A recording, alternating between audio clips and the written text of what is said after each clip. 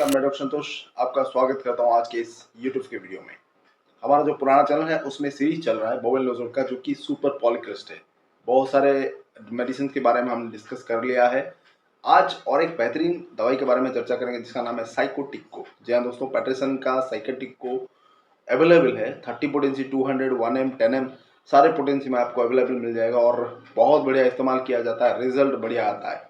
बीमारी को जड़ से ख़त्म करने वाली ये जो दवाइयाँ हैं आप ज़रूर इस्तेमाल करिए और जानते हैं इसके जो जो इम्पोर्टेंट पॉइंट्स माइंड से लेकर एक्सट्रीमिटीज तक बहुत सारे इसके इफेक्ट है। स्टेप बाय स्टेप जानते हैं, बहुत लंबा नहीं खींचूंगा, शॉर्टकट में ऐड करेंगे, लेकिन इंपॉर्टेंट क्लिनिकल पॉइंट आप जान लेंगे तो इसको अच्छी तरह से इस्तेमाल कर पाएंगे। वीडियो के अंत में मैं पोटेंसी के बारे में बताऊंगा, तो अंत तक जरूर देखिए। सबसे पहले जब हम सोचते हैं साइकोटिक्को, ये बेसिकली साइकोटिक माइज्म को इंडिकेट करता है और उसके लिए जो जो दवाइयाँ हैं, बहुत सारी दवाइयों का कॉम्बिनेशन इसमें पाया जाता है।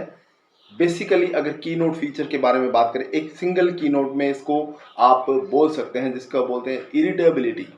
इरिटेबिलिटी मतलब इरिटेशन होता है हर एक सिस्टम में, तो आप सबसे पहले इस चीज़ को दे सकते हैं साइकोटिक को।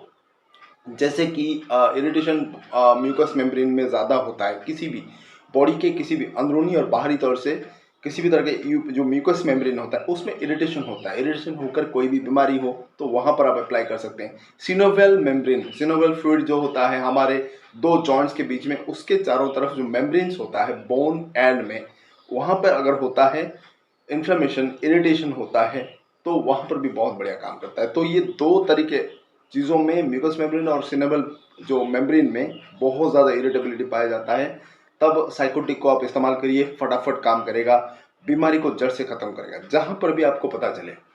नेक्स्ट हम देखते हैं माइंड के ऊपर क्या इसका एक्शन रहता है। माइंड में भी इरिटेबिलिटी रहता है, नर्वस सिस्टम का इरिटेबिलिटी रहता है और पेशेंट जो होता है ना, बहुत ज़्यादा चिड़चिड़ा स्वभाव का हो जाता है। वो अंधेरे से उसको बहुत ज़्यादा डर लगता है, अकेले रहना उसको बिल्कुल पसंद नहीं, भीड़ भाड़ एरिया में रहना पसंद है उसको। और ये सारा सिम्टम्स आपको फॉस्फोरस में मिलेगा। और भी बहुत सारी दवाएं हैं एंटीसाइकोटिक, जो माइजेमेटिक दवाएं हैं, वहाँ पर इसके सिम्टम्स मिलते जुलते आपको मिलेंगे। नेक्स्ट आता है फेस के ऊपर। फेस के जो सिंगल सिंगल फेशियल मसल्स होते हैं वहाँ पर ट्विचिंग होता है। तो ट्विचिंग मतलब जर्किंग होता है। कभी क्या आपने आंखें फड़क रहे होंगे या फिर कोई ये सिंगल मसल्स वहाँ पर फड़कना हुआ दिखाई देगा आपको, ऐसे लगता है कि कोई खींच रहा है वहाँ पर, तो ये ट्विचिंग बोलते हैं उसको। फेशियल मसल में ट्विचिंग होती है।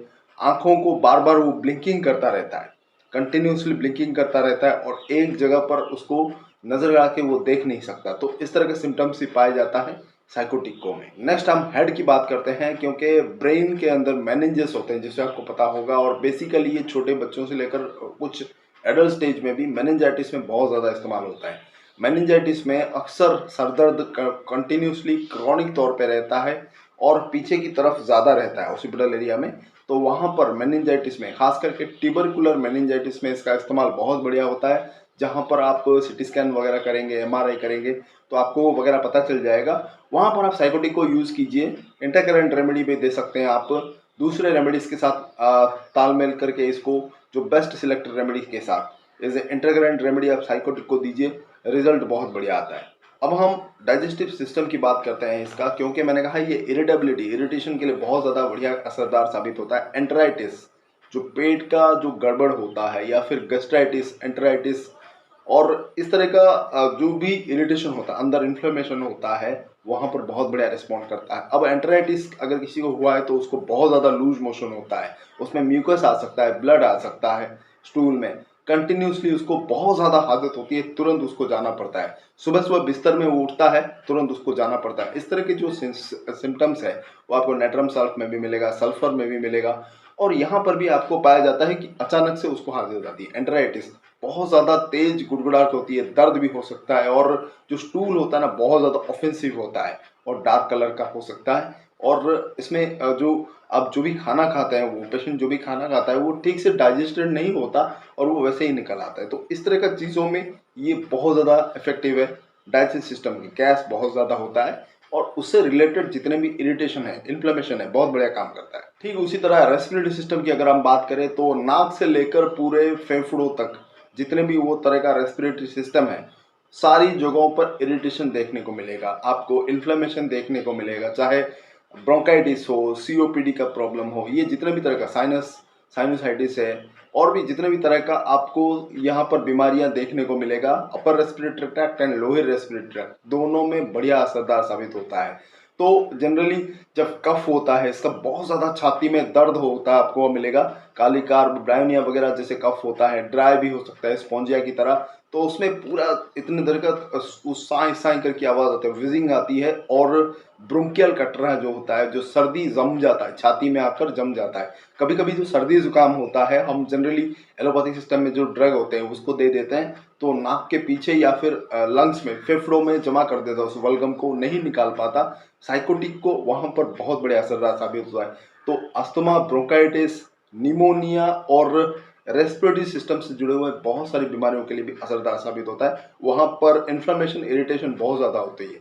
तो एक्यूट और क्रॉनिक दोनों स्टेज के लिए रेस्पिरेटरी सिस्टम के जो डिजीज वहाँ पर बढ़िया काम करता है। नेक्स्ट हम एक्सट्रीमिटीज में अगर चलते हैं तो न्यूरोमस्कुलर सिस्टम में ये बहुत बढ़िया काम करता है। जैसे आपको रस्टॉक्स में सिम्टम मिलेगा, डैम्प वेदर में, डैम्पनेस में बहुत ज़्यादा उसका प्रॉब्लम बढ़ जाता है। न्यूरोफाइब्रोसाइटिस, जो फाइब्रस टिश्यू है वहाँ पर इन्फ्लेमेशन हो जाता है, वहाँ पर इरिटेशन होता है। जैसे कि मैंने कहा, ये सिनोविल फ्लूइड जो है उसको कवर करता है, दोनों मेम्ब्रेन, उसमें बहुत बढ़िया काम करता है। उसको सूजन आ जाती है उसमें, जैसे कि कालियाइड में आपको मिलेगा, लाल होके सूजन पड़ जाता है घुटनों में या फिर कोई भी जॉइंट्स हो और वहाँ पर दर्द होने लगता है। तो उस तरह का जो सिनोविल मेम्ब्रेन है वहाँ पर इरिटेशन में बहुत बढ़िया रिस्पॉन्ड करता है। रस्टॉक्स का और एक लक्षण है कि आप बैठे हुए हो, अचानक से उठे तो दर्द बहुत ज़्यादा होता है। ठीक उसी तरह के सिम्टम यहाँ पर भी देखने को मिलेगा। अगर वो कंटिन्यूसली चलता रहता है तो उसको आराम मिलता है। सेम टू सेम रस्टॉक्स का है, लेकिन ये बहुत ही डीप एक्टिंग पॉलीक्रिस्ट है। उसको आप इंटरकरेंट रेमेडी रस्टॉक्स कर देंगे तो बीमारी को जड़ से खत्म करेगा। तो जॉइंट्स में जितने भी सूजन होते हैं, जहाँ पर भी जॉइंट्स में सूजन होते हैं और इरिटेशन होता है और स्वेलिंग, फिर रेडनेस, जो भी आपको ब्रायोनिया जैसे दवाइयों में भी मिलेगा, तो ये उसको जड़ से खत्म करता है। सिनोविल मेम्ब्रेन का इरिटेशन या फिर इन्फ्लेमेशन, हमेशा इस चीज़ को याद रखना। नेक्स्ट फाइनली हम देखेंगे यूरिनोजेनिटल ट्रैक्ट में इसका क्या क्या इम्पैक्ट है।